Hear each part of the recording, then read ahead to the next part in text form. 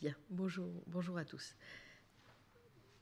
À plusieurs reprises, j'ai expliqué dans le cours pourquoi il me semblait que certains des thèmes mis en avant par des représentants majeurs du pragmatisme classique, en particulier, pouvaient nous aider dans la réflexion qui est la nôtre cette année de mieux cerner les liens entre la connaissance, la vérité et la démocratie.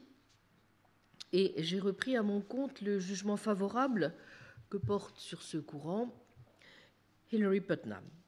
L'une des raisons pour lesquelles celui-ci considérait que le pragmatisme est une manière de penser, je le cite, d'une importance durable et une option ou du moins une question ouverte qui devrait figurer dans la réflexion philosophique contemporaine, et que tous les pragmatistes ont souligné que les notions indispensables à la vie de tous les jours doivent être prises au sérieux, mais qu'ils ont su aussi définir l'enquête scientifique, ajoutait Putnam, comme une enquête soumise à des normes et à des principes, et ont réalisé que, je cite, ce qui s'applique à l'investigation en général s'applique pareillement à l'investigation éthique.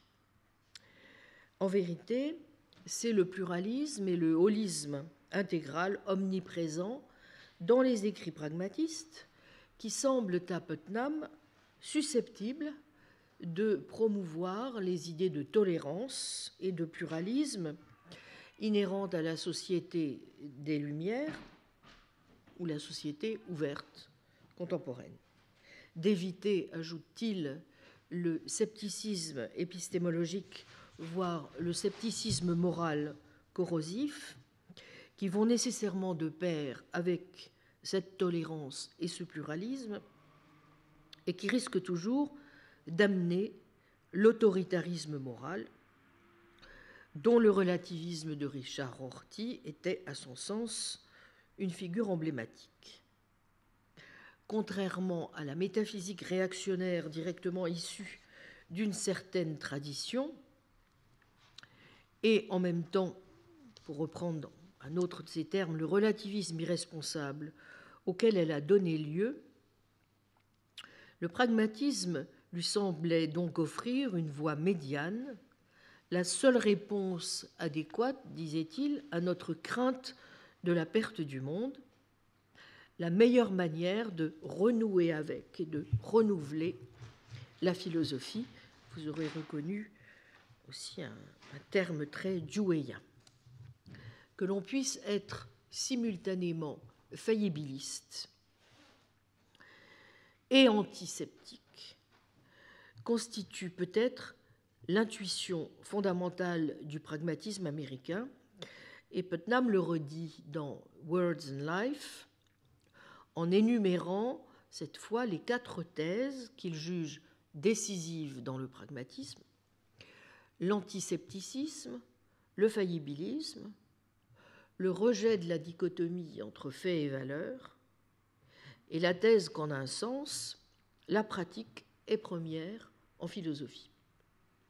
C'est aussi en m'appuyant sur certains représentants de ce courant, et en particulier sur Frank Ramsey et Charles Sanders Peirce, mais qui sont aussi, il faut l'avouer, des philosophes beaucoup moins connus que William James ou que John Dewey, qui ne viennent pas le plus souvent à l'esprit lorsque l'on évoque ce courant, que j'ai pour ma part proposé de dessiner les contours de ce qui pourrait constituer, à mon sens, une approche satisfaisante du concept de vérité et une approche qui soit à même de résister à tous ceux qui, de diverses manières, opposent une fin de non-recevoir à la pertinence que le concept de vérité pourrait et devrait avoir en matière de politique et plus particulièrement de démocratie.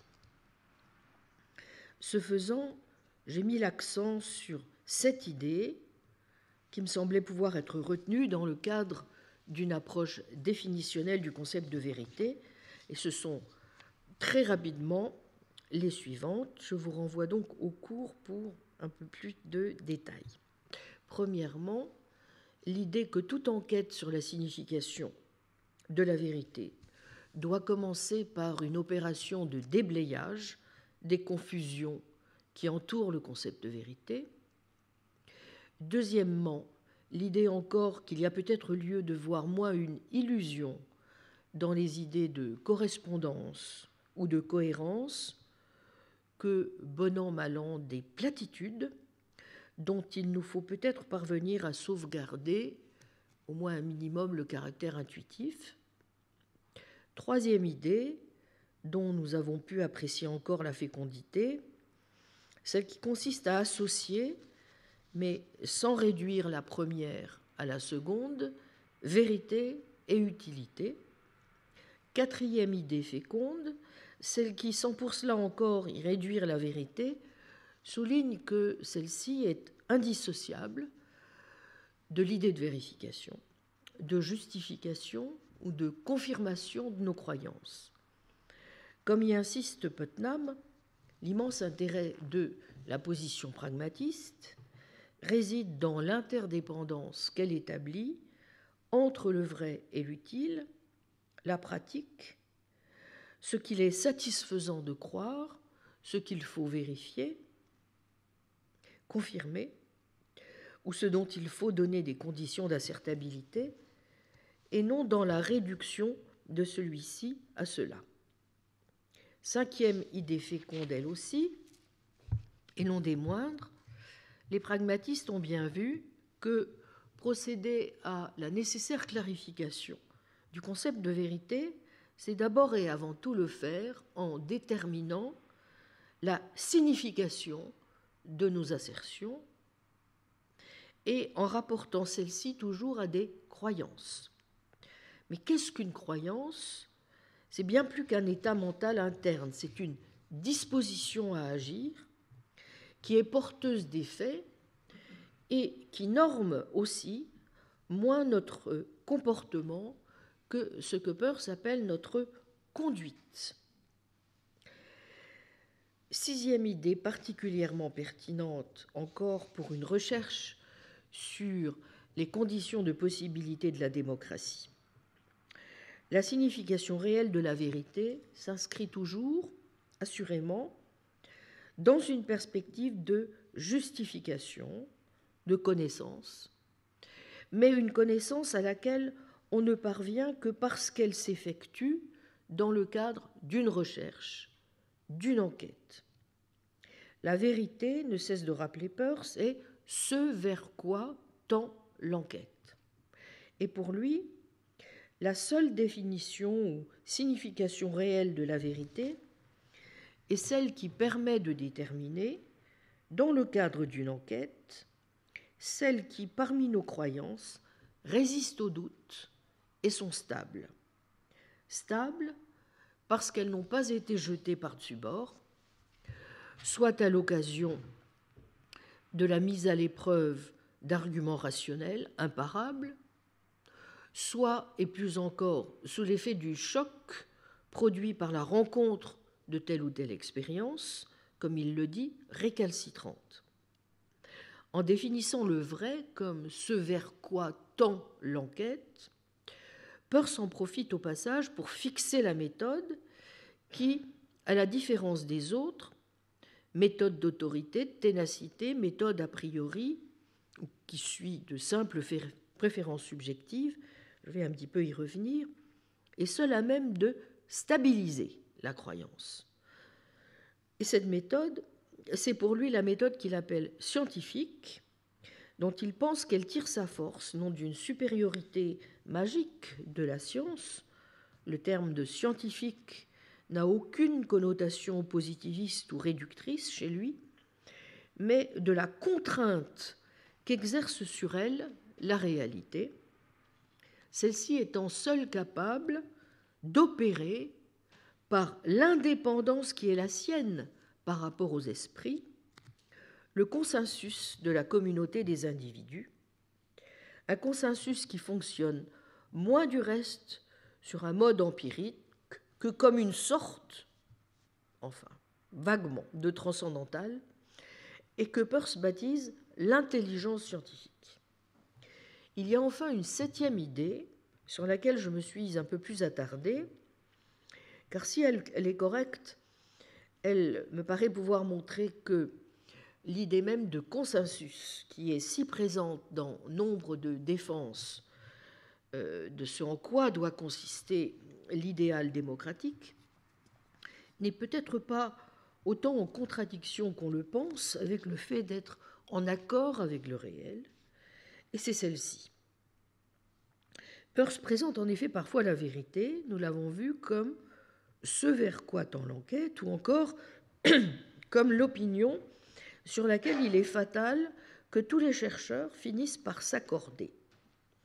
Idée qui, correctement comprise, en un sens moins futur que conditionnel, et inséparable aussi tant d'un espoir vivant dans la possibilité de la connaissance que d'une perspective foncièrement faillibiliste, me semble particulièrement profonde et à même aussi de bien répondre aux reproches souvent faits à la vérité, notamment en politique, de conduite à un dogmatisme absolutiste qu'à l'inverse, de répondre aux reproches souvent faits à la vérité, notamment en politique, de conduire à un dogmatisme absolutiste, qu'à l'inverse, de ne pas être en mesure de parer au scepticisme radical auquel nous invitent les contempteurs ou négateurs de la vérité.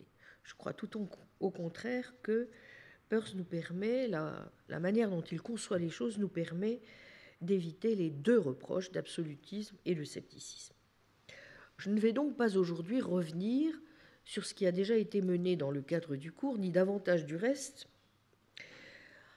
analyser dans le détail ce que recouvre tant le terme même de pragmatisme que les ambiguïtés et malentendus qu'il recèle, ni davantage la variété des tendances et écoles, souvent radicalement opposées, qui caractérisent aujourd'hui ce courant, lequel par ailleurs dépasse très largement le domaine de la philosophie, puisque nombreux sont ceux qui, notamment en sociologie aujourd'hui, s'en inspirent.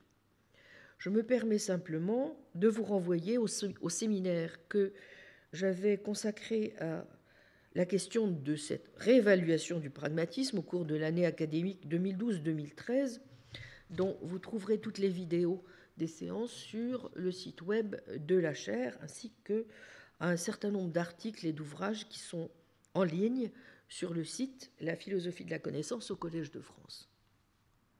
Ce que je voudrais surtout faire aujourd'hui, dans le peu de temps dont nous disposons, c'est, si j'ose dire, réparer ce qui, aux yeux de certains, peut-être de beaucoup, pourrait apparaître comme un manque, voire un manquement, dans ma réflexion sur la connaissance, la vérité et la démocratie.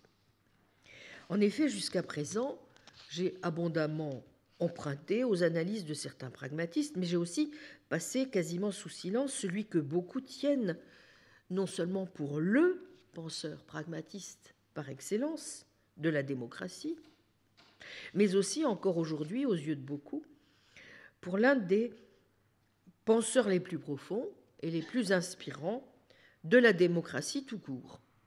Vous aurez reconnu John Dewey. John Dewey, le philosophe de la démocratie, la conscience morale de la démocratie américaine, pour reprendre quelques-unes des expressions très élogieuses que l'on n'a de cesse de porter à son endroit.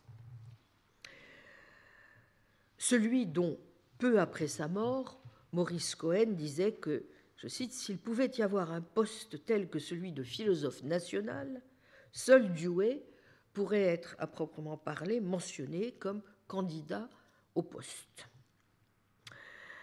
Dewey, lit-on encore, a peaufiné, crafted, une philosophie démocratique d'une profondeur et d'une portée sans équivalent aucun dans la pensée américaine moderne.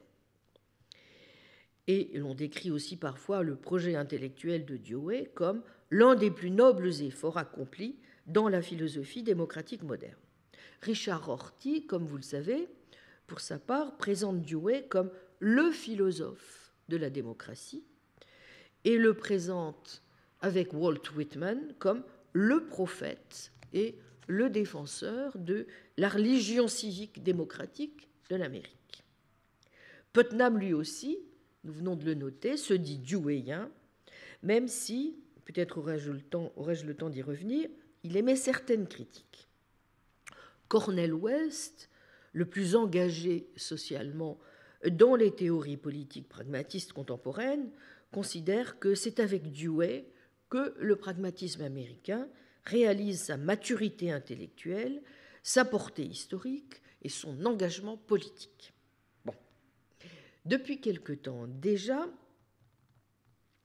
John Dewey est présenté, donc, non seulement comme celui qui, parmi les pragmatistes, a offert la réflexion la plus complète et la plus originale, mais comme celui dont il faudrait s'inspirer pour la fécondité notamment de ses analyses sur la démocratie. Je vous renvoie notamment au chapitre que Putnam consacre à cette question dans son livre « Renewing Philosophy ». Comme l'écrivait en 2014 Robert Tallis, il est de plus en plus difficile de choisir une œuvre dans le courant majoritaire de la théorie démocratique contemporaine qui ne fasse pas au moins en passant une référence positive à Dewey, voir par exemple Nussbaum, Bauman, Dworkin, Sandel, Stout, McGillivray, Richardson, Zunstein, Shapiro, Jung. Il en est de même en France, où Dewey a toujours joui du reste d'un accueil favorable. Je me souviens que Gérard Deledal avait traduit très tôt la logique, la théorie de l'enquête. Peut-être encore plus chez les sociologues ou les pédagogues que chez les philosophes, mais aussi, de plus en plus, chez certains d'entre eux. Il connaît un succès dont témoigne en particulier l'accélération non seulement de la publication en français de l'ensemble de ses œuvres, entreprise depuis un certain temps par mon ami le regretté Jean-Pierre Cometti et par Joël Zask ou encore par Patrick Savidan, mais aussi des livres qui lui sont consacrés, dont celui de Jean-Pierre Cometti, qui est un de ses derniers livres, La démocratie radicale, lire Dewey, donc de 2016 en folio, ou encore le livre de Stéphane Madelrieux, La philosophie de John Dewey, paru chez Vra en 2016. Donc, lorsque je parle de manque, voire de manquement, en évoquant donc seulement aujourd'hui son nom, vous aurez compris que j'ai parfaitement conscience de ne pas célébrer comme il le faudrait ce super-héros national et transnational. Conscience aussi que cela peut en choquer plus d'un. Après tout, comment oser passer sous silence Dewey, cet intellectuel engagé dont on connaît l'importance et le nombre des engagements sincères. Le philosophe dont le président Obama a dit qu'il en faisait l'un de ses livres de chevet, qui a tant écrit aussi dans le domaine de la philosophie politique, alors que Peirce, c'est bien connu, n'a rien écrit en philosophie politique, et que l'unique contribution de William James à un sujet vraiment politique est son essai de 1910, The Moral Equivalent of War. On peut donc comprendre naturellement que soit très présent aujourd'hui, y compris chez les théoriciens de la démocratie, la perspective deweyenne. Parmi ses défenseurs, le philosophe Philip Kitcher, Elizabeth Anderson, Jack Knight, James Johnson, James Bauman ou encore Festenstein.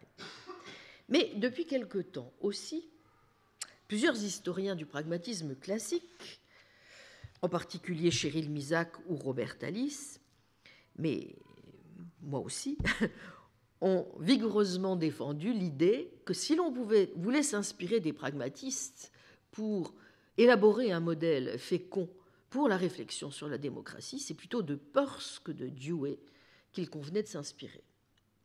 Même si donc je m'inspire moi aussi, vous l'aurez compris, plutôt dans cette deuxième perspective, enfin je m'inscris plutôt dans cette deuxième perspective, et si je suis souvent d'accord avec les critiques que les défenseurs de cette approche adresse à la position de Dewey. Je ne suis pas sûre, en revanche, que les arguments qu'ils invoquent à partir de l'héritage peurcien soient forcément ceux qui me paraissent déterminants si l'on veut pouvoir s'en inspirer pour élaborer une approche convaincante de la démocratie. Je ne suis pas sûre de poursuivre aujourd'hui cette dernière partie de mon exposé, parce que je pense que j'y consacrerai justement une partie de mon dernier cours, puisque ça fait partie de mon propre modèle, mais en tout cas, vous aurez compris que même si je vais présenter la plupart des arguments de ceux qui s'opposent aujourd'hui à l'idée que le paradigme par excellence, donc de l'approche pragmatiste de la démocratie, serait non pas Dewey, mais Peirce, donc même si je suis d'accord avec eux, je ne suis pas forcément d'accord sur les conclusions qu'ils tirent et sur la manière même dont ils justifient, au fond, le bien fondé de leur intérêt pour les arguments peirciens en ce domaine. Mais avant cela, il importe donc de rappeler quels sont les points forts et de Dewey et de Peirce, qui leur sont, à mon sens, à tout le moins communs à tous les deux. Dans l'hommage qu'il leur a souvent rendu, comme notamment dans The Many Faces of Realism et dans Words and Life, Putnam a souligné à quel point tous deux avaient été sensibles aux principes éthiques et social de la logique, et sur l'idée de communauté, sur aussi la nature collective de la science, concept très large, lieu de l'enquête, plus que du système. Le pragmatisme, rappelons-le, n'est pas un système de philosophie, c'est seulement une méthode de pensée, de coopération et d'interaction. Pour Peirce ou pour Dewey, traduit Putnam, l'enquête est une interaction humaine, coopérative, avec un environnement, et ces deux aspects, intervention active, manipulation active de l'environnement et coopération avec d'autres êtres humains, sont vitaux. Les idées doivent être mises à l'épreuve si elles veulent démontrer ce qu'elles valent. Dewey et James ont suivi Peirce sur ce point. C'est dans Pragmatism, an Open Question de Putnam, page 70-71. Donc c'est une mise à l'épreuve donc dans laquelle on teste des expériences en se sentant prêt à les rejeter par-dessus bord dès que le choc de la réalité, seul créateur de vrais doutes et non de doutes de papier, contraint à réviser nos croyances et permet seul de les fixer. C'est l'expérience, n'est-ce pas, qui nous a appris que l'autorité, la ténacité, ce qui est agréable à la raison, sont des méthodes qui ne marchent pas si nous les suivons. Dans une veine semblable, la logique de Dewey conçoit la théorie de l'enquête comme un produit de ce que, justement, Putnam reprend à son compte, l'épistémologie comme hypothèse. Nous y avons appris, écrit Putnam dans Renewing Philosophy, page 186, nous y avons appris quelque chose sur la manière de conduire l'enquête en général et que ce qui s'applique à l'enquête intelligemment menée s'applique à l'enquête éthique en particulier. Donc, dans tous les cas, les pragmatistes insistent sur la priorité du pratique, sur le fait que le but de la pensée est l'action, et même si chez Peirce cela s'entend non pas comme le fait que tout doit être testé par des résultats pratiques, ce qui est une manière de surévaluer ce qu'il appelle la secondéité, ou que l'action, au sens du simple exercice de la force, doit être le but principal de la vie, tant il est vrai, dit Peirce, que la fin de l'action n'est action que dans la mesure où elle est une autre pensée, fin de citation. Tous sont en revanche guidés par l'idée d'une rationalité qui ne se réduit pas à une raison instrumentale. Peirce et Dewey, comme Putnam, développent en effet une conception de la rationalité foncièrement sentimentale et normative, et on sait l'importance chez Peirce que joueront ce qu'il appelle les sciences normatives, mais aussi chez quelqu'un comme William James, par exemple, ce qu'il appelle le sentiment de rationalité. Comme le note Putnam, de même que Peirce était, je cite, convaincu que la science continuerait à progresser si seulement nous restions fidèles à l'esprit du faillibilisme et continuions à nous livrer à l'abduction et à l'éthique, de même, James n'est pas moins convaincu que le progrès social résultera de ce même esprit de faillibilisme et des efforts constants que nous consacrerons à l'élaboration et à la défense passionnée d'idéaux. C'est dans Le réalisme à visage humain, page 411. Disons en tout cas que sur bien des plans, Dewey et Peirce ont plus de choses en commun que Dewey et James. Tout comme Peirce, Dewey a exprimé son désaccord avec James sur plusieurs points. À plusieurs reprises, dans son livre Pragmatism, James fait référence à Dewey avec grand enthousiasme. Il déplore aussi le fait que les critiques de Dewey le mésinterprètent. James rappelle que Dewey soutient la thèse selon laquelle la vérité est ce qui donne satisfaction. Truth is what gives satisfaction. Et il se plaint que des critiques peu charitables le traitent comme quelqu'un, je cite, qui croit que est vrai, quelque chose qui, si elle était vraie, serait plaisante. Mais dans un compte-rendu critique du pragmatisme de James, en 1908, John Dewey critique James et lui reproche précisément de ne pas le lire comme il convient. Voici ce qu'il écrit. « Puisque James a indiqué que j'aurais dit que la vérité est ce qui donne de la satisfaction, je puis remarquer, en dehors du fait que je ne pense pas avoir jamais dit que la vérité est ce qui donne de la satisfaction, que je n'ai jamais identifié ma satisfaction avec la vérité d'une idée, hormis cette satisfaction qui se produit lorsque l'idée comme hypothèse qu'on essaie ou comme méthode de travail est appliquée à des existences antérieures de manière à satisfaire, fulfill, ce qu'elle vise. En outre, à la différence de James, qui considérait que le pragmatisme était principalement une méthode permettant d'établir des disputes métaphysiques qui seraient sinon interminables, Dewey considère que nombre de disputes classiques traditionnelles sont des pseudo-problèmes ou qu'elles sont mal formées et que nous ne résolvons pas ces problèmes, nous les dépassons, nous en disposons. We do not solve such problems, we get over them. Et sur ce point, bien sûr, Dewey rejoint sans peine la méthode peircienne, qui considère que la première fonction du pragmatisme est de nous aider à nous déprendre de certaines voies sans issue en philosophie, en mettant notamment à l'épreuve la signification de la métaphysique par l'analyse logique de ses énoncés et en proposant une nouvelle manière philosophique visant à clarifier plutôt qu'à produire des thèses. Je cite plusieurs formules de Peirce que vous reconnaîtrez sans peine. Le pragmatisme n'est en soi aucune doctrine de métaphysique, aucune tentative pour déterminer une quelconque vérité des choses, c'est simplement une méthode pour établir la signification des mots difficiles et des concepts abstraits. Ou encore, le pragmatisme n'est pas une Weltanschauung, mais plutôt une méthode de réflexion qui a pour but de rendre les idées claires.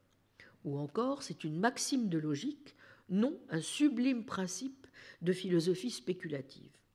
C'est pourquoi, écrit Peirce, le pragmatisme, dans une veine pré-wittgensteinienne du reste, ne résout aucun problème réel.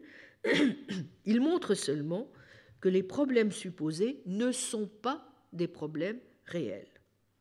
Le programme pragmatiste aura donc bien une dimension de déblayage et de nettoyage. Je cite encore, le pragmatisme soutient qu'un malentendu existe entre les adversaires. Soit ils attachent aux mots des significations différentes, soit l'un et l'autre, ou les deux, utilisent un mot sans signification. Donc l'idée que nous pourrions penser, à partir d'un point de vue de nulle part, prendre au sérieux certains dualismes, négliger encore les leçons de la science.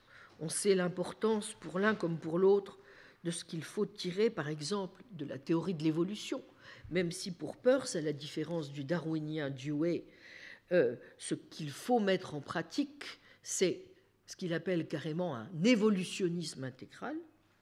Il faut veiller à échapper au verbalisme, clarifier le sens de nos énoncés en faisant référence aux conséquences, etc. Il y aurait évidemment beaucoup à dire sur chacun de ces points. Mais plus que tout, Peirce et Dewey placent le concept d'enquête, inquiry, vous voyez, ce que tous deux appelleraient logique, au centre de leur pragmatisme. Dewey, du reste, comme James, se plaisait à reconnaître son immense dette à l'égard de Peirce, qu'il décrit comme « the man who more than any single person is the begetter in philosophy of an attitude and outlook distinctively American ». Et il gratifiait Peirce aussi d'être celui qui avait donné, je cite encore en anglais, « the best definition of truth from the logical standpoint, which is known to me ». Toutefois, et même si Peirce publia un compte-rendu favorable de l'un des premiers livres de Dewey sur la théorie logique, on sait aussi, par la lecture de la correspondance personnelle avec Dewey, qu'il rejeta la position, la trouvant trop relâchée, too loose, et truffée d'arguments négligés, comprised of slipshod arguments.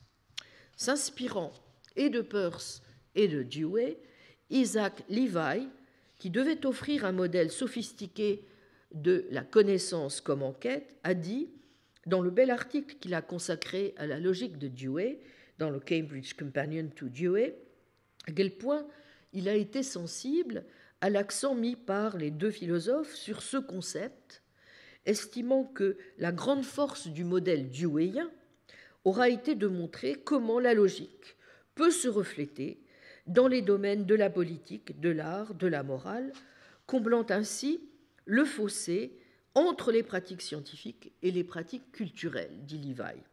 Même si, dans le même temps, il déplore que Dewey préfère s'appuyer sur le concept trop flou et trop naturaliste à ses yeux de situation, plutôt que sur ceux d'état de doute et de croyance, et surtout regrette qu'il réduise à rien le rôle de la vérité, comme j'ai déjà eu aussi l'occasion de le dire moi-même, celui-ci disparaissant dans la perspective vérificationniste qui est la sienne et qu'apprécie Rorty, dans celui d'assertabilité garantie, warranted assertability. C'est dans les deux articles de 1878 et 1879, Comment se fixe la croyance et comment rendre nos idées claires, que Peirce caractérise, comme on le sait, le modèle de l'enquête en termes de doute et de croyance, un modèle que reprend Dewey, voire donc en particulier Logic, the Theory of Inquiry, et aussi son essai de 1910, How We Think, comment nous pensons, qui a été traduit en français, voire aussi les premiers textes pivots que sont le concept d'arc réflexe en psychologie ou encore les étapes de la pensée logique de 1890. Mais en lisant les choses de façon assez différente, en fait. Et comme je pense pour ma part que c'est surtout à partir justement de leur approche respective de l'enquête que l'on peut saisir la différence de leurs approches de la démocratie et la valeur intrinsèque qu'elle peut avoir, il faut que je m'y arrête un peu, même si vous vous en doutez, je n'aurai pas ici encore le temps d'entrer dans tous les détails. Donc, voyons d'abord ce qu'ils ont à nous dire sur, précisément, l'enquête. À tout seigneur, tout honneur, et puisque Dewey dit avoir Peirce pour mentor, commençons donc par lui et par la manière dont il présente les choses. L'enquête, pour Peirce, c'est cette lutte qui permet de parvenir à un état de croyance à partir d'un état de doute. La croyance, c'est cet état qui guide nos désirs et forge nos actions. C'est cet état calme et satisfaisant que nous ne souhaitons pas éviter, qui fournit une indication plus ou moins sûre qu'est établie dans notre nature une habitude qui déterminera nos actions. Le doute, à l'inverse, n'a jamais un tel effet comme guide de nos actions. Il marque plutôt une gêne, un trouble dans l'action. Le doute, c'est l'état qui se produit lorsque nous rencontrons une expérience récalcitrante, des conditions inattendues et peu familières, auxquelles nos habitudes usuelles d'action, c'est-à-dire nos croyances usuelles, se révèlent inadaptées lorsqu'il s'agit de répondre à la situation. Donc c'est un état, n'est-ce pas, dans lequel nous sentons le besoin d'agir de telle ou telle manière, mais où nous n'avons plus les moyens habituels de le faire. Le doute, je cite Peirce, c'est un état dans lequel on ne sait pas comment agir. Comme tel, c'est un état de malaise dont on s'emploie de toutes ses forces à se libérer. Le processus d'enquête, donc, ne se déclenche que lorsqu'on est confronté au doute et que l'on veut y mettre un terme. C'est pourquoi l'unique objet de l'enquête, c'est l'établissement de la croyance. The sole object of inquiry is the settlement of belief. C'est donc d'abord ce processus, vous voyez, de va-et-vient entre doute et croyance qui caractérise pour Peirce l'enquête, avant même d'évaluer les 4 méthodes que l'on peut suivre pour fixer nos croyances. Assurément, ce n'est pas en invoquant des arguments moraux, mais en suivant une voie quasiment naturaliste que Peirce va montrer l'incapacité des 3 méthodes donc de ténacité, d'autorité, d'a priori, à fixer la croyance. En revanche, c'est bien en passant à un stade normatif qu'il va postuler la supériorité de la méthode scientifique, dont il est assumé, plus que démontré, qu'elle est la seule en mesure de répondre à cette unique exigence à laquelle doit en définitive satisfaire l'évaluation des méthodes, à savoir que les moyens utilisés permettent de parvenir à la fin que nous visons. Peirce va réfuter donc successivement, à partir de là, sur la base de leur capacité ou non à rejeter le doute et à établir la croyance, les 3 méthodes de ténacité, d'autorité et d'a priori.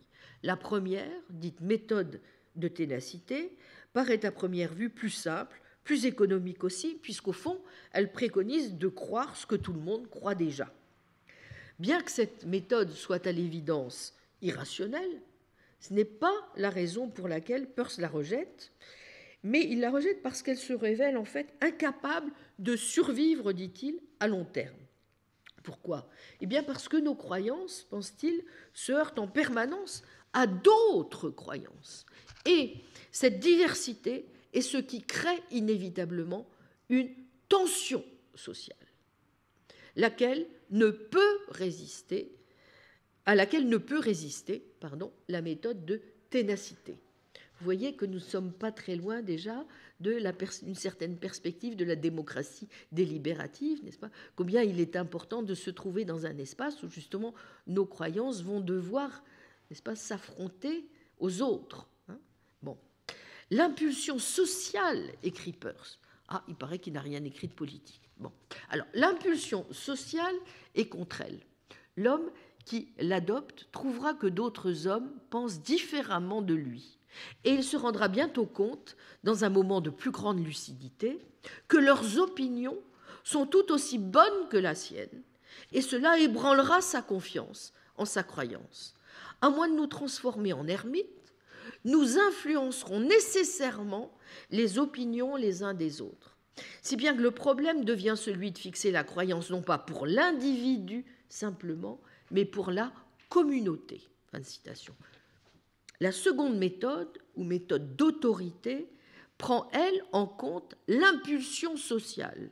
Elle laisse au fond, pourquoi ? Eh bien, tout simplement parce qu'elle laisse l'État légiférer en matière de croyance, pratiquer, si besoin est, l'endoctrinement systématique, en évitant ainsi à chacun de se poser des questions susceptibles d'engendrer des doutes et en punissant les contrevenants. En un sens, elle est redoutablement efficace, comme en témoigne, dit Peirce de façon ironique, son succès historique en ancienne Égypte ou dans l'Europe médiévale. Mais elle échouera pourtant, d'abord parce qu'aucune institution n'a le pouvoir de légiférer en matière d'opinion publique sur toutes les opinions sans exception. Il en restera toujours sur lesquels les individus devront se faire par eux-mêmes leur idée et pour lesquels il leur faudra nécessairement une autre méthode, qui entrera sans doute en conflit avec la méthode d'autorité. Ensuite, il est manifeste que les échanges qui se feront entre les communautés auront pour effet la découverte de croyances différentes et la remise en cause inévitable de la fiabilité de la méthode. Certains chercheront à partir de là une méthode pour déterminer non seulement leurs croyances, mais le contenu, dit Peirce, de ce qu'ils croient. Quant à la troisième méthode, celle dite donc a priori, elle cherche, dit Peirce, simplement à évaluer la croyance dans les termes de ce qui paraît agréable. Elle sera très vite objet de doute dès que l'on s'apercevra qu'elle n'obéit qu'à une mode intellectuelle. Donc vous voyez, aucune de ces trois méthodes n'est en mesure de produire une croyance fixée de façon stable ou permanente. Il est intéressant de voir que chacune a son intérêt. La méthode a priori, par exemple, se distingue par ses conclusions confortables qui nous font adopter toute croyance pour laquelle nous avons un penchant. Quant à la méthode d'autorité, elle gouvernera toujours la masse de l'humanité, dit Peirce, et puisque par son entremise, il faut prendre tout ceci avec un grain de sel, l'uniformité d'opinion sera sauvée par un terrorisme moral auquel la société donnera son approbation parfaite, il va de soi que suivre la méthode d'autorité est le chemin de la paix. Enfin, il faut admirer la méthode de ténacité pure pour sa force, sa simplicité, son caractère direct. Les hommes qui la suivent se distinguent par leur décision de caractère qui devient très aisée avec telle règle mentale. Bon, quels que puissent être pour autant les avantages donc respectifs de ces méthodes, chacun devrait considérer qu'après tout, il souhaite, in fine, que ses opinions coïncident, dit Peirce, avec le fait. Or, il n'y a aucune raison que les résultats de ces trois méthodes y parviennent. En fait, chacune de ces méthodes, donc, en quelque sorte, s'auto-détruit. Peirce y voit la marque d'un fait psychologique qui est le suivant. Si un chercheur croit H et s'aperçoit que d'autres chercheurs croient non-H, il ne peut pas ne pas en venir à douter de son hypothèse. C'est là, soutient Peirce, une tendance, je cite, trop forte en l'homme pour qu'on puisse la supprimer sans risque de détruire l'espèce humaine. Nous sommes si habitués à tenir compte de l'expérience des autres. Si nous sommes seuls à voir ce que d'autres ne voient pas, nous appelons cela hallucination. Mais plus encore, voyez-vous, l'argument de Peirce est le suivant. Contrairement à ce que supposent les trois autres méthodes, ce ne sont pas en vérité des croyances qu'elles produisent, simplement d'autres états mentaux. Le lavage de cerveau ou la torture, que suit la méthode d'autorité, ont pour but non d'induire des croyances, simplement d'amener quelqu'un à être d'accord, ou du moins à dire qu'il l'est. Or, croire n'est pas un acte qu'on décide ou auquel on peut se tenir, sans tenir le moindre compte de l'expérience, du moins si on n'y est pas contraint ou si l'on est sain d'esprit. Peirce ne parvient donc pas à prendre au sérieux, très important de bien le voir, l'idée qui voudrait que quelqu'un continue à croire en dépit de ce que tout lui montre les faits. Car, dit-il, je le cite, « les choses ne sont pas simplement ce que nous choisissons qu'elles soient. » Or, toutes les méthodes passées en revue sont en fait de ce type. Finalement, elles s'intéressent à la cohérence interne, vous voyez, des croyances, et pensent que la vérité est simplement affaire de cohérence. Or, et nous le savons, c'est faux. Il faut donc établir que la quatrième méthode est supérieure sur tous ces plans et qu'elle est seule capable de répondre à la fin de la recherche, établir une croyance stable chez quelqu'un. Mais comment ? Eh bien, tout d'abord, à la différence des trois autres, la méthode dite scientifique s'imposera à nous, comme, je cite, l'opinion sur laquelle sont voués à se mettre d'accord tous ceux qui font des investigations. Du moins, si c'est bien la recherche qui nous intéresse. Bref, je cite, cette activité animée par le désir de trouver quelque chose. En ce cas, en effet, on ne cherche pas d'abord à produire une croyance particulière qui serait déjà crue, on sait justement que l'on ne peut savoir à l'avance et que l'on ne peut savoir à l'avance, ce qu'on va trouver, puisque la méthode scientifique tend, dit Peirce, à déstabiliser l'opinion qui ne dépend que de la nature de l'investigation elle-même. À l'inverse des trois autres, donc, la méthode scientifique a une première qualité, qui est d'être la seule à présenter une distinction quelconque entre une juste et une mauvaise manière de procéder. Or, il est impossible de mal employer la méthode de ténacité, puisqu'en l'employant, on se ferme à toutes les influences.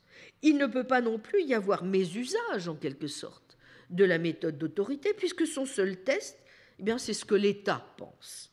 Quant à la méthode, a priori, c'est son essence même est de penser comme on a envie de penser.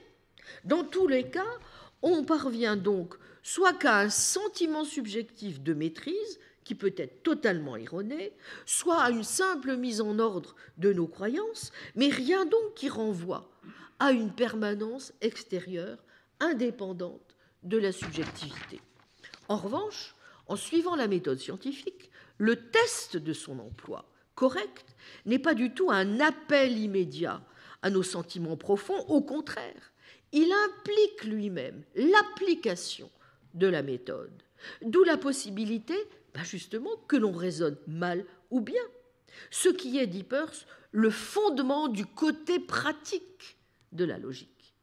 En deuxième lieu, seule la méthode scientifique est déterminée par quelque chose, avons-nous vu, de stable, en l'occurrence par la réalité extérieure.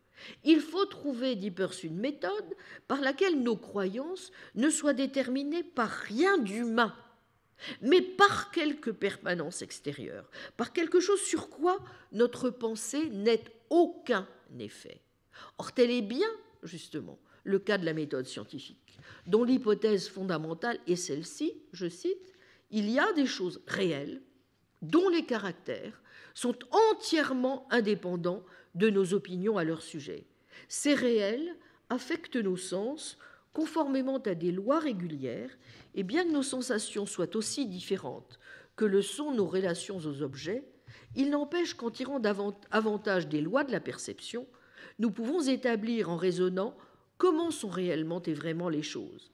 Et n'importe qui, avec assez d'expérience et de raisonnement, parviendra à cette seule conclusion vraie. » Fin de citation. La méthode scientifique est donc bien la seule capable de fixer la croyance, car elle est la seule à prendre vraiment au sérieux l'expérience et de montrer que, donc, les choses ne sont pas seulement comme nous choisissons de penser qu'elles sont. C'est, on le voit, cet élément foncièrement réactif de l'expérience existentielle, cette importance accordée donc à ce que Peirce, dans son registre catégoriel, appelle la secondéité, qui interdit au passage de comparer son réalisme, comme il le dit, à celui de Hegel, dont il pense qu'il oublie justement beaucoup trop cette deuxième catégorie, ou encore qui interdit de le comparer à un idéalisme de type berkeleyien. Voici ce qu'écrit Peirce, par exemple. La réalité du monde extérieur ne signifie rien d'autre que l'expérience de la réalité. Pourtant, bien des idéalistes dénient la réalité du monde extérieur ou pensent qu'ils le font. Très bien. Un idéaliste de cette trempe est en train de longer Regent Street, quand voilà qu'un ivrogne lui jette son poing à la figure de façon inattendue et le frappe à l'œil. Qu'en est-il à présent de ces réflexions philosophiques? Mais il est important de voir que la réalité ne se définit pas seulement par cette expérience, n'est-ce pas, de la dualité contre laquelle, en effet, nous ne pouvons rien. Elle implique aussi la notion de communauté d'opinion et d'opinion finale à laquelle nous parviendrons à long terme. Il y a des choses réelles, précise ainsi Peirce, dont les caractères sont entièrement indépendants des opinions que nous pouvons avoir à leur sujet. Ces réalités affectent nos sens selon des lois régulières, et bien que nos sensations soient aussi différentes que le sont nos relations aux objets, néanmoins, en prenant avantage des lois de la perception, nous pouvons établir par le raisonnement comment sont réellement les choses. Et tout homme, s'il a assez d'expérience et de raison à ce sujet, sera conduit, comme je l'ai dit, à la seule vraie conclusion. Reste alors à déterminer si l'hypothèse de la réalité, cette hypothèse fondamentale de la méthode scientifique, permet vraiment de démontrer sa supériorité. Peirce considère qu'il est parfaitement inutile d'en chercher, au demeurant, des preuves scientifiques. Mais il essaie tout de même de l'étayer par quelques raisons.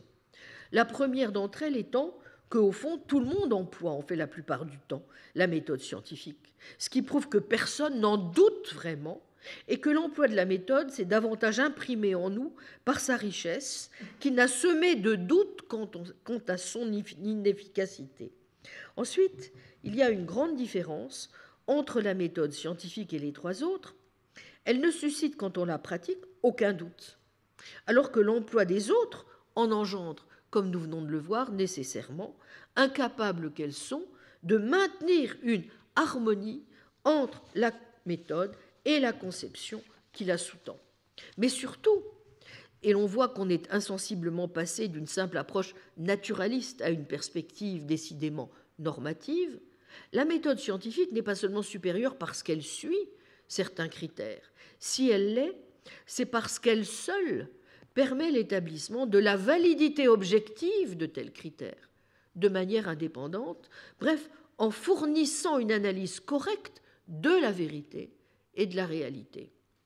La manière la plus logique de raisonner, écrit Peirce, c'est la méthode qui, tout en parvenant à une conclusion, nous assurera le mieux contre toute surprise, ou si l'on veut, la méthode qui, en nous conduisant aussi rarement que possible à des surprises, produit le maximum d'attente, ou encore qui nous conduit par la voie la plus courte au maximum d'attente et au minimum de surprise. Fin de citation.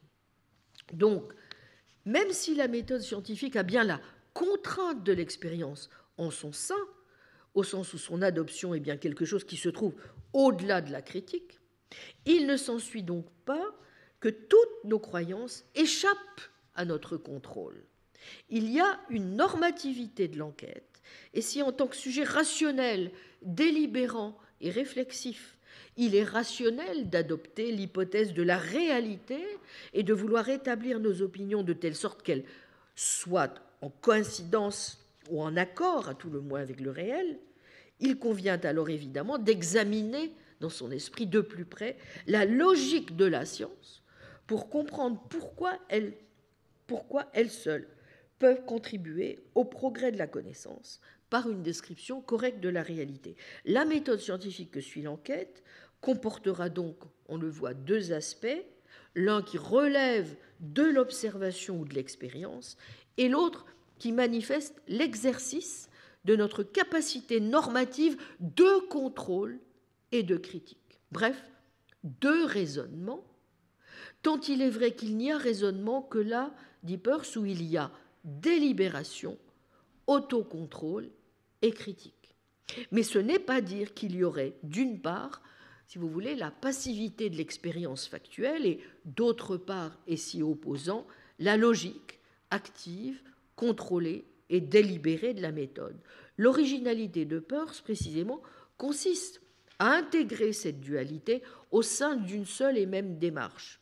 C'est pourquoi l'enquête ne se présente chez lui ni comme, en toute rigueur, une méthode qu'on pourrait dire hypothético-déductive, ni comme une méthode inductive, mais comme une démarche extrêmement sophistiquée qui met en œuvre, vous voyez, donc à la fois ces éléments naturalistes et normatifs, mais aussi en associant et en réinterprétant ces trois types d'inférences que sont la déduction, l'induction, mais aussi l'abduction, dont Peirce ne souligne pas seulement la fécondité, mais dont il va jusqu'à dire qu'elle est, je le cite, la logique du pragmatisme. Mais vous voyez qu'en décrivant ainsi l'enquête, Peirce, comme on a pu le dire, ne cherche pas à nous convaincre de choisir celle-ci plutôt que les autres. Il nous montre que c'est la méthode qui est intrinsèquement ce que nous ne pouvons pas nous empêcher de reconnaître comme la bonne méthode. En sorte qu'en règle générale, nous ne pouvons pas faire autrement que l'adopter. Bien, voilà pour les points importants de la conception peirsienne. J'en viens à John Dewey. Pour comprendre donc ce que Dewey, lui, pour sa part, entend par là, il faut bien sûr partir du livre de 1938, La logique ou théorie de l'enquête, page 169 dans la traduction française de Deledal. Voici comment Dewey définit celle-ci. L'enquête est la transformation contrôlée ou dirigée d'une situation indéterminée en une situation qui est si déterminée en ses distinctions et relations constitutives qu'elle convertit les éléments de la situation originelle en un tout simplifié. Bon, en anglais, ceci donne « Inquiry is the controlled or directed transformation of an indeterminate situation into one that is so determinate in its constituent distinctions and relations as to convert the elements of the original situation into a unified whole. » Il y a, vous voyez, des points communs évidents avec Peirce. L'enquête, c'est bien cette activité dans laquelle on s'engage en réponse à un certain type d'expérience, que Dewey, comme Peirce, appelle le doute. Mais vous voyez que d'emblée aussi, il y a de grandes différences. Dewey introduit le concept de situation et il fait aussi une distinction entre ce qu'il appelle des situations déterminées et indéterminées. Une distinction qui présuppose au demeurant sa conception de l'expérience, conception qu'il expose d'ailleurs et qui, en schématisant outrageusement les choses, se définit principalement comme cette idée de l'esprit qui reçoit des impressions des objets extérieurs à travers les organes des sens. Donc, dans, en particulier, The Need for a Recovery of Philosophy de 1907, Dewey souligne ainsi que l'expérience est, je cite, « an affair of the intercourse of a living being with its physical and social environment ». On trouve une expression du même genre dans Démocratie et éducation. « When we experience something, we act upon it, we do nothing with it, then we suffer and undergo the consequence ». Autrement dit, l'expérience, c'est ce processus d'ajustement continu d'un organisme à une situation dans un environnement, vous voyez, biologique et social. Au cours de l'expérience, quelque chose arrive, un organisme rencontre activement un monde auquel, s'il veut continuer à vivre, il doit s'ajuster. L'enquête, c'est d'abord donc ce centre d'expérience où l'on répond à ce que Dewey appelle une situation problématique. La situation est, je cite, « not a single object or event or set of events, for we never experience nor form judgments about objects and events in isolation, but only in connection with a contextual whole. This latter is what is called a situation. » Donc, une situation est problématique, indéterminée, lorsque ces facteurs constitutifs sont en quelque sorte en désordre. Première différence, donc, ici avec Peirce, le doute est un état existentiel. C'est la situation qui est douteuse et pas seulement l'organisme. Le doute caractérise des situations qui sont en elles-mêmes, dit Dewey, uncertain, unsettled and disturbed. Le doute et donc la croyance ne sont plus simplement, vous voyez, c'est ce que regrettait d'ailleurs Itzhak Levi pour sa part, des états dans lesquels pourrait se trouver l'individu. It is the situation which has these traits, such as doubt and belief. Vous voyez ? Donc, une croyance pour Dewey, c'est d'abord cet état existentiel de fitness ou d'équilibre entre un organisme et un environnement. Le doute, à l'inverse, eh bien, c'est un état de déséquilibre et d'absence de fitness, dirait-on en termes donc darwiniens. L'enquête, à partir de là, est l'activité qui consiste, de la part de celui qui enquête, à ajuster des conditions existentielles de telle sorte qu'il parvienne à restaurer, vous voyez, l'état d'équilibre. Le constructivisme constructivisme épistémique deweyien, évidemment, découle d'une telle approche. Knowledge, dit Dewey, is related to inquiry as a product to the operations by which it is produced. Donc, la connaissance se rattache à l'enquête comme un produit aux opérations par lesquelles il est produit. Ou en termes plus carrément métaphysiques, the object of knowledge is eventual. That is, it is the outcome of directed experimental operations instead of something in sufficient existence before the act of knowing.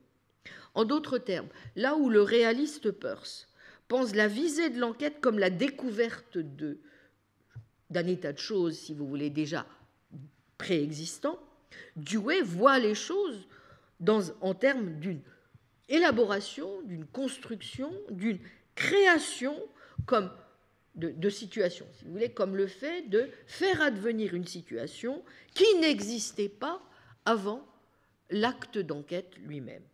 Donc vous voyez que la conception deweyenne est évidemment tributaire d'une approche foncièrement constructiviste et aussi d'une conception, on le voit nettement, darwinienne de l'expérience. Et son pragmatisme, c'est un point sur lequel insiste, je crois à juste titre, Robert Tallis, est partie intégrante et d'une métaphysique, et d'une épistémologie, et d'une esthétique, et d'une philosophie de la religion, et d'une philosophie de l'éducation, donc très compréhensive et très systématique.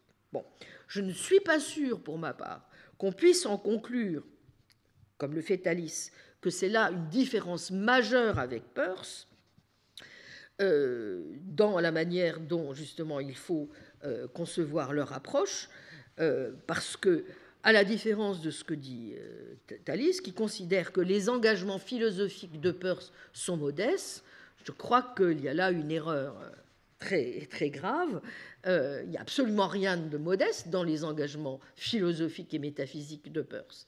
La seule différence qu'il y ait, si vous voulez, c'est que Peirce conçoit en effet le pragmatisme comme une méthode, comme un simple instrument, et non pas en tant que tel, justement, comme un système philosophique à part entière, n'est-ce pas ? L'idée étant, de son point de vue, que le pragmatisme est cet outil qui va vous permettre, une fois que vous êtes parvenu à déblayer les choses, et donc à être parvenu à ce qu'il appelle une philosophie purifiée, à élaborer, justement, une métaphysique scientifique réaliste, dans le cadre d'un projet qui, chez lui, a un sens éminemment substantiel et compréhensif, c'est le moins qu'on puisse dire. Donc, vous voyez, je ne crois pas qu'on puisse, contrairement à ce que fait Tallis, opposer les deux démarches, au moins sur ce plan. Et donc, c'est un point là de désaccord très profond que j'ai avec la manière dont il analyse les choses.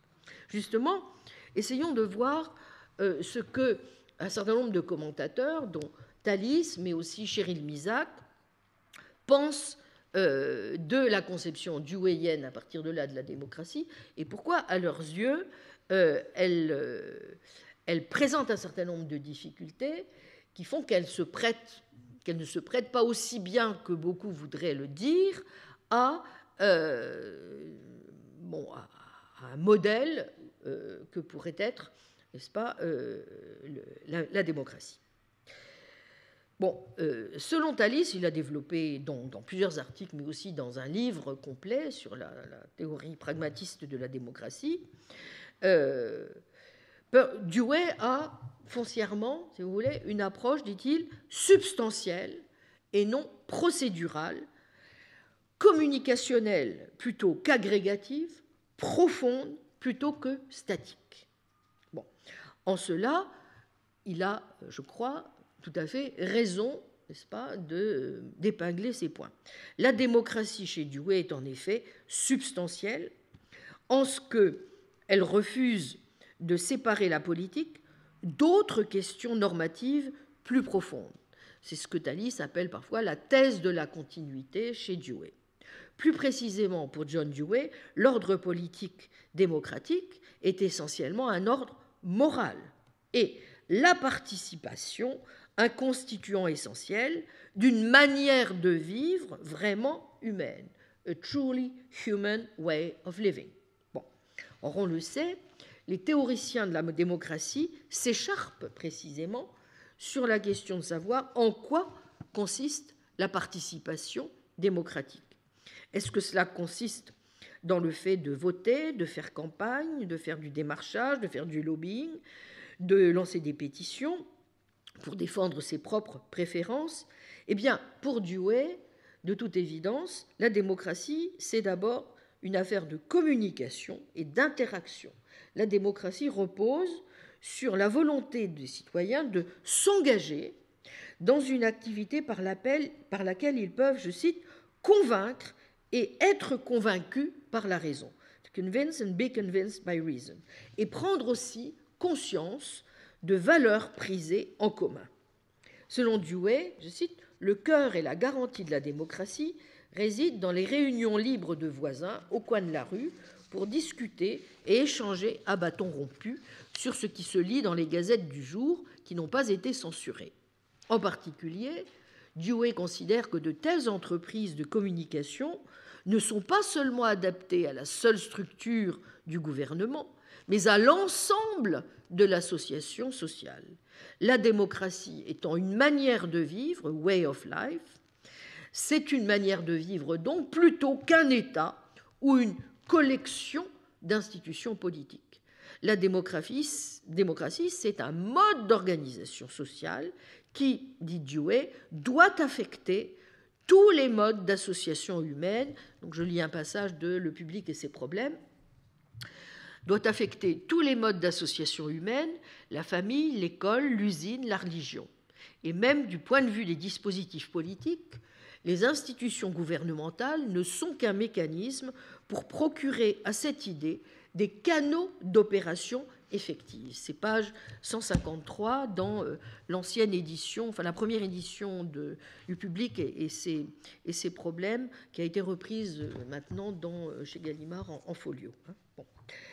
Alors, donc vous voyez que de cette manière, ou plus exactement, Dewey considère donc que, en particulier, de telles entreprises de communication ne sont pas uniquement adaptées à la seule structure du gouvernement, mais donc bien à l'ensemble de l'association sociale.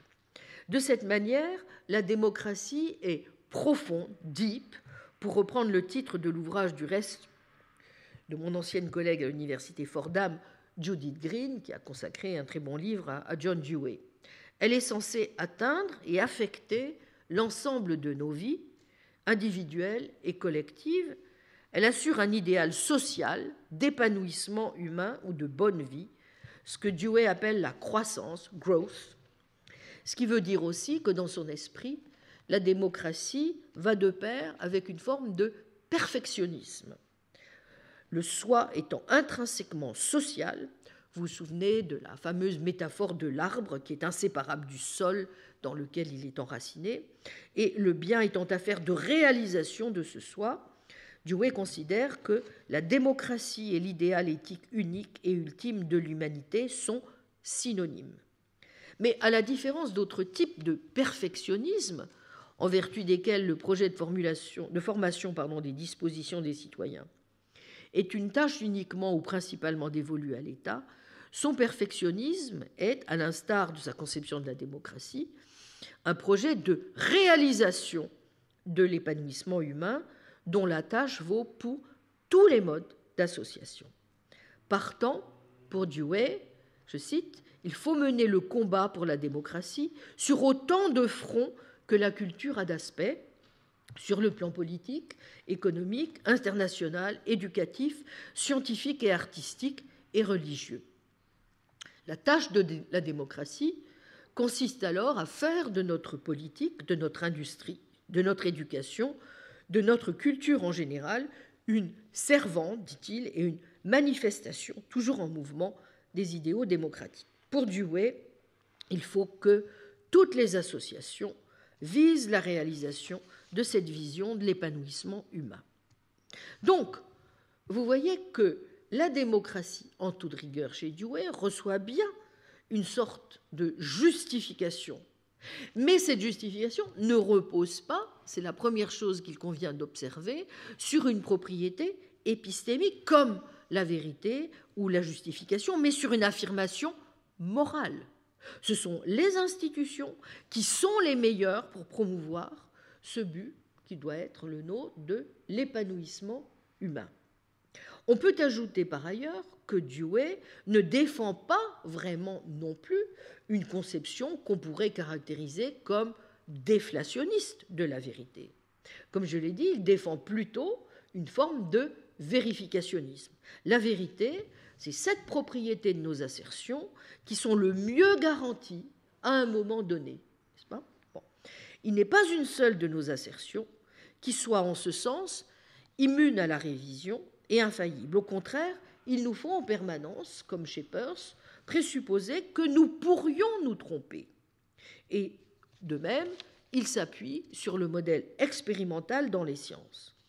Comme l'a noté à ce sujet Elizabeth Anderson, Dewey, ici encore, a emprunté ce modèle faillibiliste et expérimentaliste à Peirce dans sa réflexion sur la démocratie, qui repose, selon lui, donc sur la diversité des opinions, leur capacité à être renouvelées si on démontre qu'elles ne sont pas vérifiées.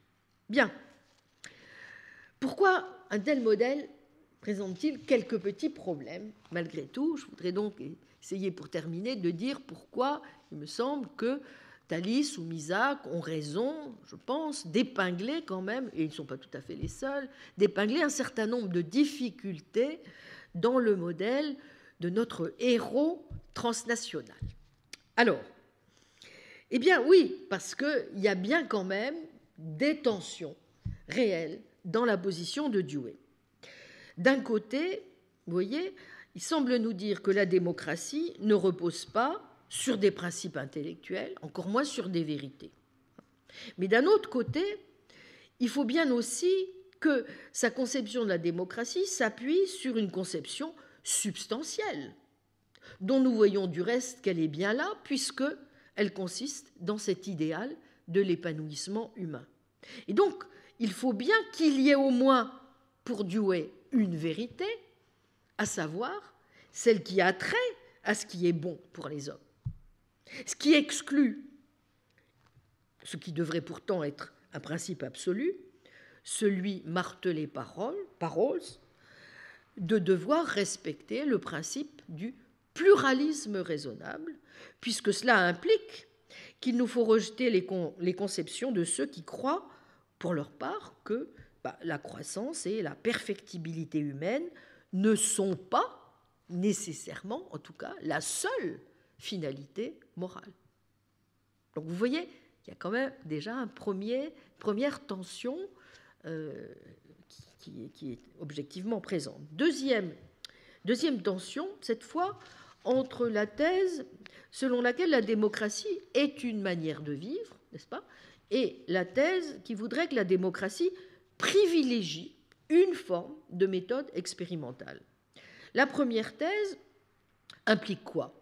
Elle implique que l'on s'oppose bien à l'idée que la démocratie doive reposer sur quelques propriétés épistémiques que ce soit, comme la vérité ou la justification. Alors que la deuxième thèse semble en fait, elle, pour sa part, reposer bel et bien sur l'idée que des propriétés épistémiques, telles que le fait que nous ayons à tester, vous voyez, certaines procédures, à les expérimenter, comptent en effet pour le défenseur de la démocratie. Donc vous voyez, deuxième type de tension qui me paraît aussi tout à fait évidente. Et comme l'a justement suggéré Elizabeth Anderson, peut-être Dewey a-t-il une sorte de modèle épistémique de la démocratie, de telle manière que, en effet, certaines procédures doivent être testées et doivent être prises en compte en démocratie. Mais voici ce qu'elle ajoute, je la cite en anglais. Dewey's experimentalist model of democracy helps us see the epistemic import of several democratic institutions that sustain its dynamism, its capacity for change, periodic elections, a free press, skeptical of state power, petitions to government, public opinion polling, protests, public comment on proposed regulations of administrative agencies. In Dewey's model, these are mechanisms of feedback and accountability that function to institutionalize fallibilism and an experimental attitude with respect to state policies.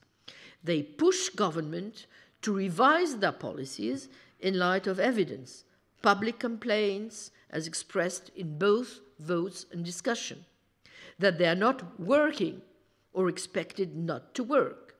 Under Dewey's model, votes and talk reinforce one another, the votes helping to ensure that government officials take citizens' verbal feedback seriously, the talk helping to define and articulate the message conveyed by votes.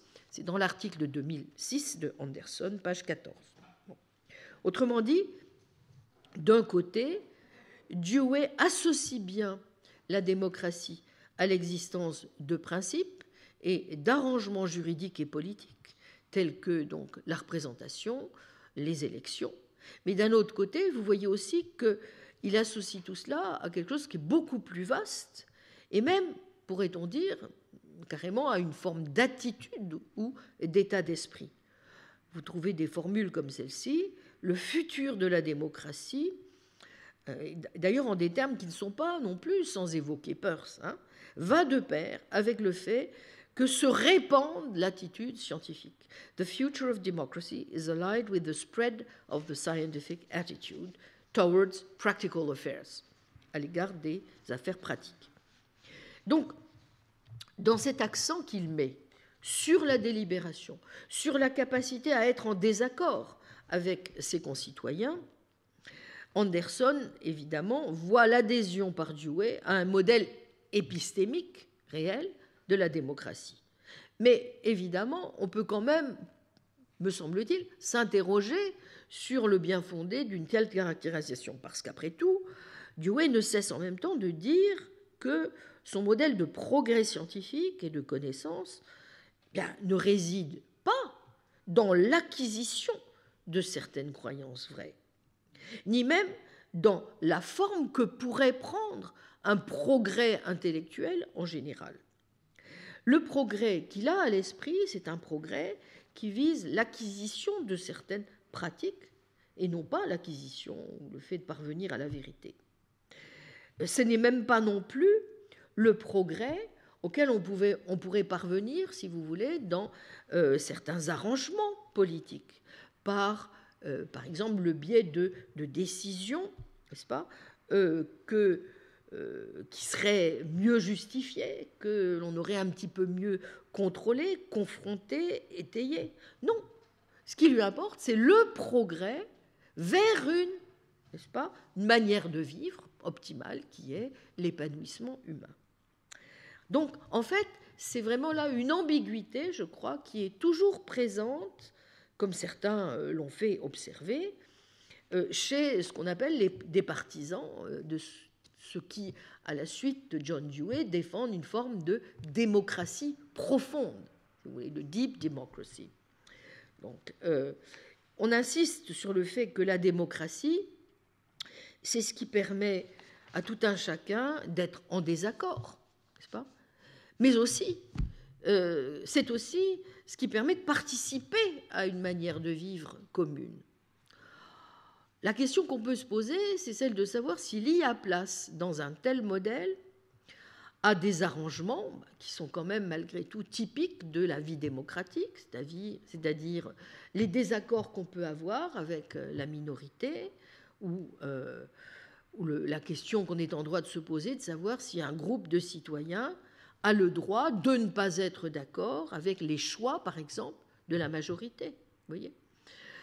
Par exemple, si les citoyens ne sont pas d'accord entre eux, comment est-ce que nous allons dire qu'ils sont en désaccord si nous ne donnons pas au moins à certaines de leurs affirmations le crédit de pouvoir être vraies ?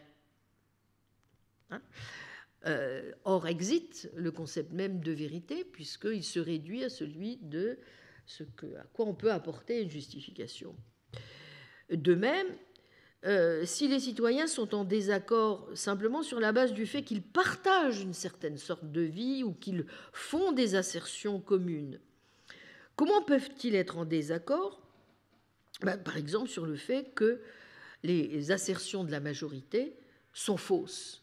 Autrement dit, il y a toute une série de questions que se pose de façon assez naturelle, si vous voulez, un théoricien lambda de la démocratie aujourd'hui, qui me paraissent quand même être des interrogations tout à fait légitimes, n'est-ce pas, qui permettent de faire... Mais dans lesquelles on a du mal à voir que en restant à cette perspective, vous voyez, très compréhensive, très morale aussi de Dewey, on règle véritablement toutes les questions.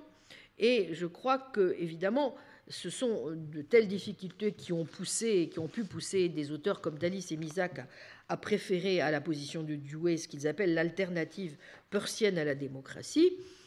Mais comme j'ai déjà eu moi-même l'occasion d'en jeter les jalons et que je les repréciserai dans le cours de mercredi, je m'arrêterai donc à ce stade, et afin que nous puissions aussi lancer déjà la discussion. Et je vous laisse donc maintenant la parole. Merci à vous.